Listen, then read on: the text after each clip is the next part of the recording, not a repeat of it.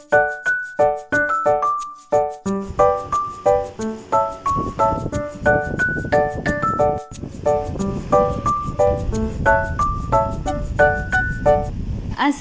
আলাইকুম and welcome back to momos world. কেমন আছেন আপনারা সবাই?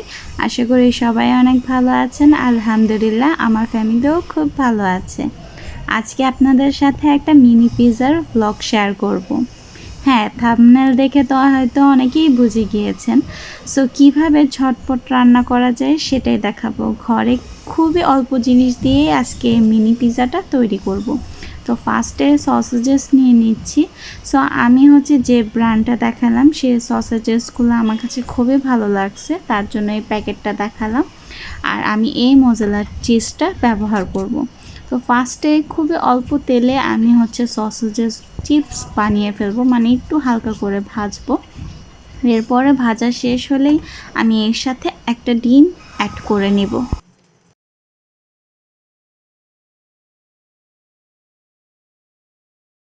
আজকের মিনি পিৎজা আমি খুব সহজেই বানাবো। আপনারা চাইলে এখানে আরও অনেক কিছু অ্যাড করতে পারেন, যেরকম চিকেন, মাশরুম, বাট আমি এখানে জাস্ট সসেজেস আর ডিমটা একসাথে ভেজে নিচ্ছি। আর একটু স্বাদ মতন লবণ আর সয়া সস দিয়ে আমি ডিম এবং সসেজেসটা নামিয়ে ফেলেছিলাম। এই তো আমার ভিতরে যে পুরটা আমি দিব পাউরুটির উপরে সেটা রেডি। টমেটো সস এবং মায়োনিজ, পাউরুটি এবং চিজ আমি এগুলো নিয়ে নিয়েছিলাম। এখন আমি রেডি করব। সো এরই মাঝে বলি, যারা আমার চ্যানেলের নতুন ভিউয়ার্স তারা অবশ্যই আমার চ্যানেলটাকে সাবস্ক্রাইব করে দিবেন আর সাথে থাকা বেল আইকনটা প্রেস করে দিবেন আর লাইক কমেন্ট তো অবশ্যই দিবেন, সেটা কিন্তু ভুলে যেন না। আচ্ছা, এখন ভিডিওতে আসি। ভিডিওতে আপনার এখানে আমি একটা সস রেডি করছি, মানে পাউরুটির উপরে যে সসটা দিতে হয় সেটাই।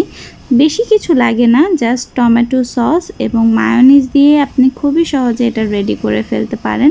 আচ্ছা, মায়োনিজটা যদি একটু সাওয়ার টাইপের থাকে তাহলে আপনারা সাথে সামান্য পরিমাণে চিনিও অ্যাড করতে পারেন। তো আমি এখানে হাফ চামচ চিনিও অ্যাড করেছিলাম, সেটাও আপনাদেরকে বলে দিলাম। আর এই সসটা দিয়ে আপনারা যে কোনো জিনিস বানাতে পারবেন, যেমন শর্মা, বার্গার, পিৎজা, তারপর পাস্তাতে, সব জায়গায় আপনারা এই সসটা ব্যবহার করতে পারেন। কিন্তু হ্যাঁ, বানিয়ে বেশি দিন রাখবেন না ফ্রিজে, হয়তো 2 থেকে 3 দিনের মতনই রাখবেন। অনেকেই বলে 1 সপ্তাহ 2 সপ্তাহ, বাট আমি আপনাদেরকে সেই সলিউশন দিব না। আপনারা 2-3 দিন বা 3 দিনের দিন এটাকে ফিনিশ করে ফেলবেন। আমি এখানে অনেকটুকু বানিয়ে ফেলেছিলাম, আমার পুরোটাই লেগেছে, কিন্তু যাদের থেকে যায় তারা ট্রাই করবেন শেষ করে ফেলতে। বা মিনি পিৎজার সাথেও আপনারা চাইলে এই সসটা সাথে অ্যাড করে খেতে পারেন।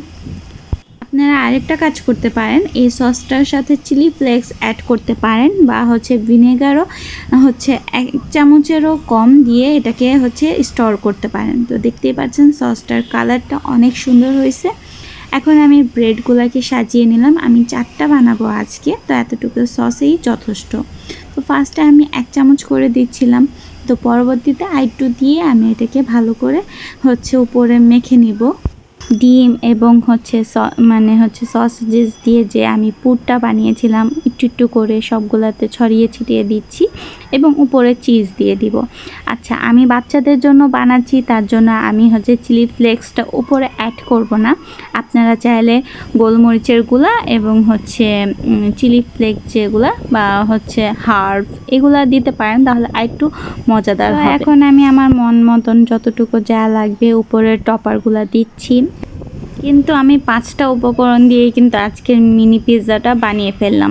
ফার্স্ট পাউরুটি, তারপর আপনার সস, তারপর ডিম, একটা সসেজেস আর চিজ দিয়ে দেখতেই পাচ্ছেন কত সুন্দর আমার মিনি পিৎজা রেডি। আপনারা চাইলে গোল গোল করে ফার্স্টে ব্রেডটাকে গোল করে তারপর এরকম টপার ইউজ করতে পারেন, বাট আমি পুরোটাই কাজে লাগিয়েছি।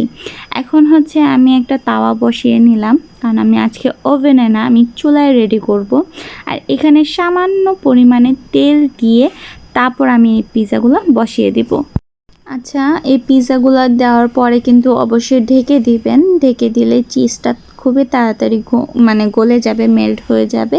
আর আমি তো বারবার এসে চেক করছিলাম যে আমার চিজগুলো মেল্ট হয়েছে কিনা আর নিচে কোনো লেগে যাচ্ছে কিনা, কারণ আমি খুবই অল্প সামান্য একটু ব্রাশ করেছিলাম জাস্ট তেল, সেটার উপরেই আমি জাস্ট এটা বসিয়ে দিয়েছিলাম। আমার সব কিছু তো রেডিই ছিল, এগুলো খাওয়ার উপযোগী। জাস্ট আমি চিজটাকে মেল্ট করার জন্যে আমি হচ্ছে আপনার তাওয়াতে বসিয়ে একটুখানি নিচের পাটটা একটু ক্রিস্পি করছিলাম। তো এই তো ফাইনালি আমার পিৎজাগুলো কিন্তু ডান হয়ে গিয়েছে। মাশাল্লাহ অনেক সুন্দর হয়েছে এবং অনেক মজা হয়েছিল। সো এখানে চিজের পরিমাণটা আপনারা অনেক লোড পিৎজাও মানে করতে পারেন, বাট আমার এগুলো মিনি পিৎজা, আমি এগুলাতে অল্প পরিমাণে রাখতে চেয়েছিলাম। সো কেমন লাগলো আমার মিনি পিৎজার ব্লগ অবশ্যই কমেন্টে জানাবেন, আর বাসায় আপনারা অবশ্যই ট্রাই করবেন। আজকের জন্য ভিডিওটা আমি এখানেই শেষ করব। সবাই বাসায় অবশ্যই বানাবেন এবং আমাকে কমেন্টে অবশ্যই জানাবেন। আল্লাহ হাফেজ, সবাই ভালো থাকবেন, সুস্থ থাকবেন।